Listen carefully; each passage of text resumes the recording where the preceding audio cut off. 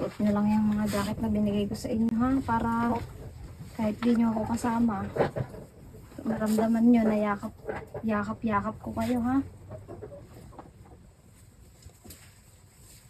Para pagsuot nyo yan, maramdaman nyo na nakasama nyo pa rin si Tita Ann. Ano?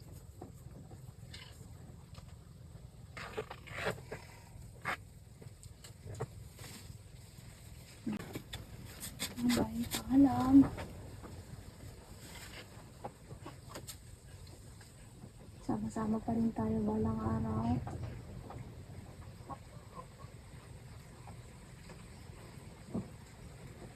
Pag mayaman na si Tita Ann, baka mas may power na si Tita Ann.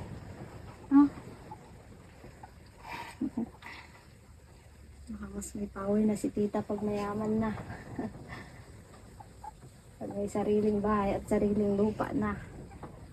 Palagi nyo lang ako iisipin, ano, kapag nanghihina kayo.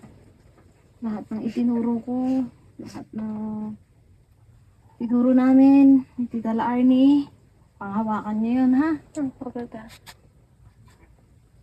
Huwag yung kakalimutan, mahalin yung pamilya nyo. Kahit ganon. Ha?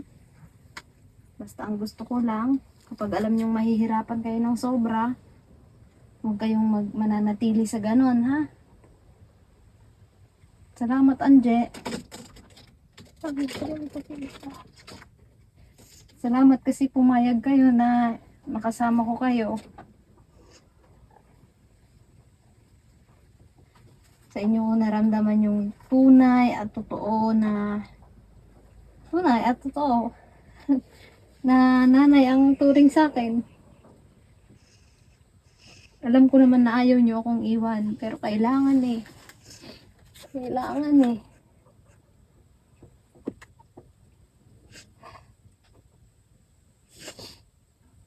Ano kailangan?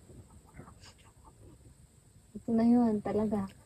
Kasi kahit ganun ang maging desisyon ni mama nyo na gusto niya pa rin na sa akin kayo, eh, usapan natin, doon pa rin kayo, no? Hindi ibig sabihin nun, eh, hindi ako tumupad sa usapan. Gagawin ko lang yon para manatiling tahimik lahat tayo. Para sa protection nyo at protection ko na din. Ha?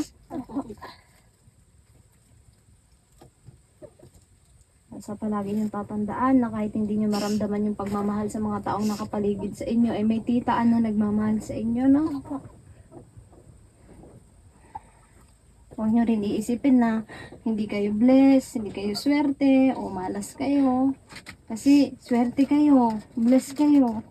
Ha?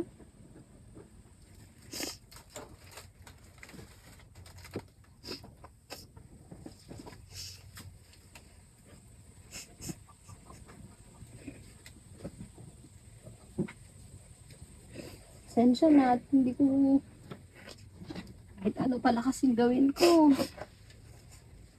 Kahit anong gawin ko pala, wala pala akong karapatan sa inyo eh.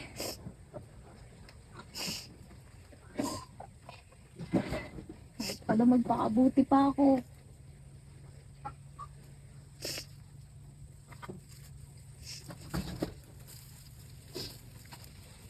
Basta lagi nang tatandaan, may nagmamahal sa inyong Tita Ann, ano? Opo, Tita. Ha? Inis nga ako.